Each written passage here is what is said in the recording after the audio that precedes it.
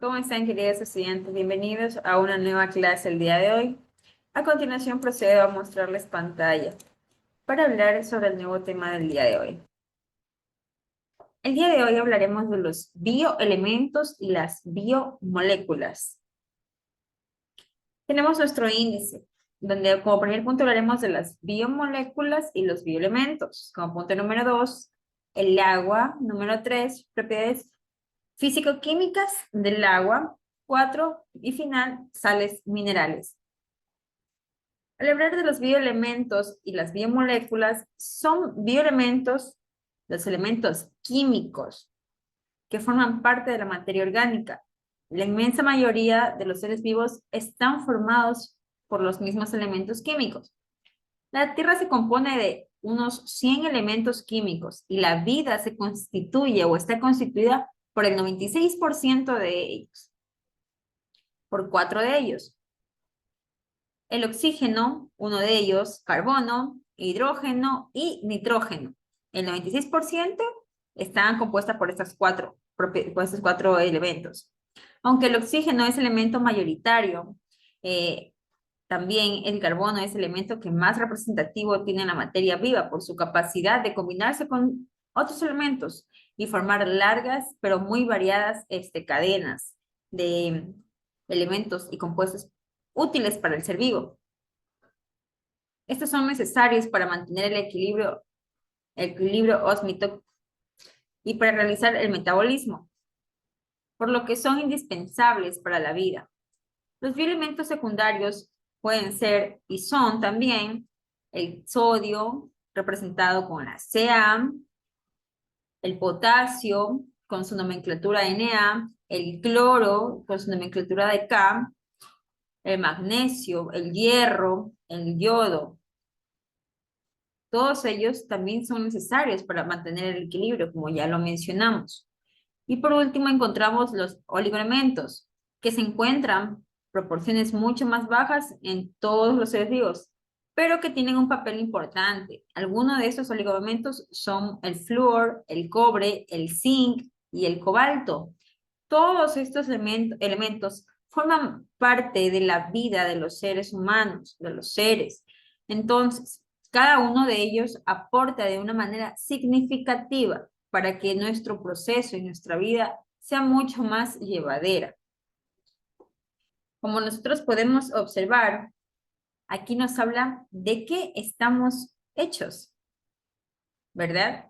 Nosotros estamos compuestos, como ya lo mencionamos, del 96% de 4 elementos. Y aquí podemos ver que es la química de la vida, donde nos habla de los bioelementos primarios, que son indispensables para la vida, porque sin ellos no podrían formarse las moléculas que componen la materia viva. Los más importantes de todo es el carbono. De todas las moléculas esenciales llamadas moléculas orgánicas, podemos ver que es el oxígeno, el carbono, el hidrógeno, el nitrógeno, el azufre y el fósforo. Son los bioelementos primarios más importantes.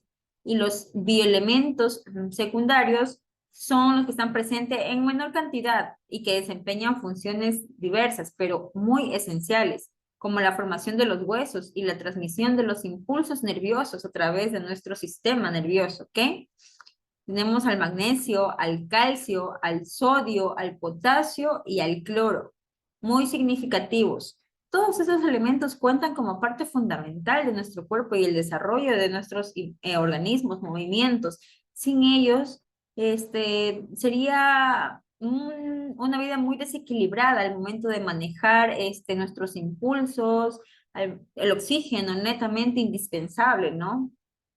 También hablamos de los oligoelementos, que están representados en cantidades pequeñísimas, pero son necesarios para el desarrollo y el concreto funcionamiento de los organismos vivos, como tenemos el hierro, el magnesio, el cobre, el zinc, el flúor, el yodo, y entre otros más, como podemos observar aquí en la imagen, el estaño, el silicio, el cobalto, el cromo, todos ellos súper importantes, recordémoslo así, muy importantes, ya que gracias a esto existen varias biomoléculas orgánicas o inorgánicas, lo cual nos ayudan con los glúcidos y los lípidos, que son las proteínas, los ácidos y los núcleos, y en todas las sustancias basadas en la unión de numerosos átomos de carbonos.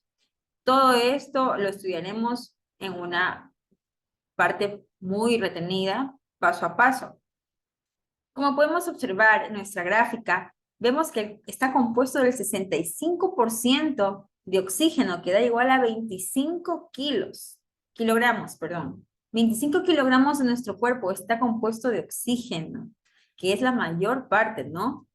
El 18% está compuesto por carbono, que son 9 kilogramos. 10% de hidrógeno, que son 4 kilogramos. Y el 3% de nitrógeno, que da igual a 1 kilogramo. El 1.5 está hecho de calcio, tan pequeño pero tan necesario, ¿no? El calcio. Y el 1% del fósforo. Podemos observar de qué estamos hechos. Ok. Como podemos ver, son súper importantes estos elementos en la parte de nuestro cuerpo y el funcionamiento del mismo, ¿no? Hablaremos ahora del agua, la sustancia más importante y también más abundante en los seres vivos, ya que constituye alrededor del 70% de su masa, debido a que la estructura molecular presenta propiedades que la hacen imprescindible para el desarrollo de la vida, como desde generaciones pasadas, desde hace mucho tiempo atrás hemos visto. El agua es importante para el ser vivo, para el ser humano, para las especies, para todo ser habitante del planeta Tierra. Es indispensable residir y necesitar del agua, de su sustancia, es el líquido vital, como lo dicen. Y también este líquido vital tiene una composición y una estructura molecular. Esta molécula de agua se la denomina con H2O, que es su forma, su composición, y está formada por enlaces covalentes entre un átomo de hidrógeno y dos átomos de hidrógeno. Ok, hablamos también de las propiedades fisioquímicas del agua, elevada con una tensión superficial. Entonces nos dice que la fuerte cohesión entre las moléculas del agua causadas por puentes de hidrógeno provoca que el agua tenga una elevada tensión superficial. ¿Qué significa esto? Que las masas de agua en superficie se comportan como una fina película elástica que puede soportar pequeñas partículas. Como podemos observar aquí en la imagen, aparte de ser un líquido, agua netamente, también tiene su capa superficial, una fina película, como lo menciona aquí, elástica, donde ciertos insectos pueden reposar sobre el agua sin necesidad de sumergirse. También habla de la capilaridad, que nos menciona que este es un fenómeno consistente en el ascenso del agua sin un gasto energético. Es decir, que a través de tubos estrechos, cuanto mejor sea el diámetro del tubo, más ascenderá el agua. Un proyecto o un proceso que podemos observarlo aquí. Mientras más fino sea la popeta o el tubo, el agua asciende de una manera mucho más favorable.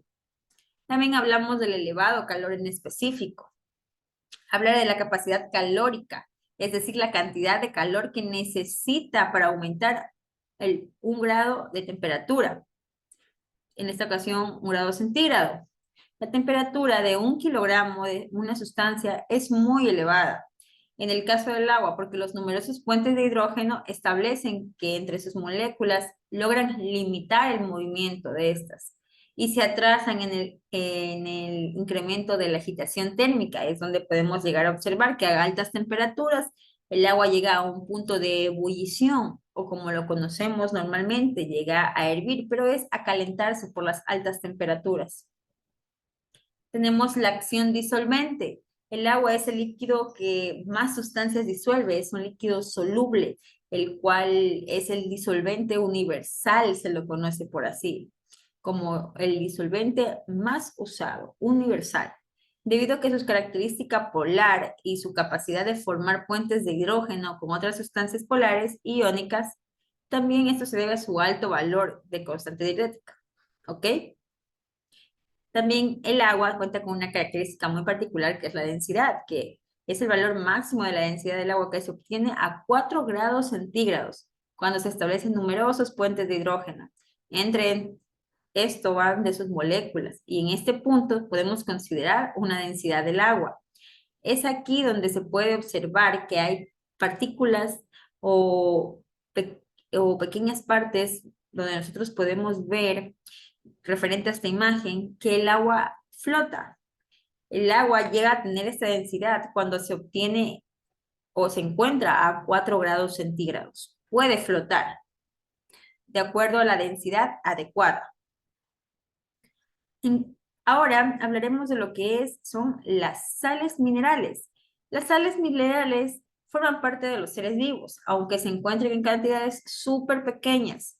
Pero esta comparación con el agua o las biomoléculas tienen funciones muy importantes en las relaciones metabólicas. ¿Qué quiere decir esto? Que en la regulación de estas se constituyen como partículas muy celulares, muy pequeñas. Estas sales también cuentan con características. Las sales minerales no son sustancias formadas por cationes procedentes de una base y de un anión procedente de un ácido. ¿Ok? Es así como se logra constituir las sales minerales. Un catión y un anión. Todo esto procedente de un ácido, donde distinguimos dos tipos de sales minerales, la insoluble y la soluble. La insoluble se encuentra formada por un precipitado que no se disocia, es decir, no se separa. Y la soluble se encuentra asociada a iones, como es el caso del cloruro de sodio. También estas sales minerales cumplen con diferentes funciones, como son las funciones de las sales minerales que dependen de la solubilidad del agua. Muy importante. Las sales insolubles tienen la función estructural, ya que, por ejemplo, los fosfatos y los carbonatos de calcio son componentes de huesos y de conchas de los animales. Las sales solubles se ionizan y en sus iones corresponden los siguientes, que tienen diversas funciones de las células. Por ejemplo, la transmisión de un impulso nervioso depende del intercambio de los iones y en el medio intracelular y en el medio extracelular. Es decir, que a través de esta membrana plasmática podemos ver los impulsos redimidos por las sales minerales en esta ocasión. Como podemos observar, esas funciones que cumplen las sales minerales, tanto insolubles y como solubles, tienen su transformación en nuestro medio y en nuestro espacio. Ok, chicos, esto por la clase del día de hoy. Nos vemos pronto.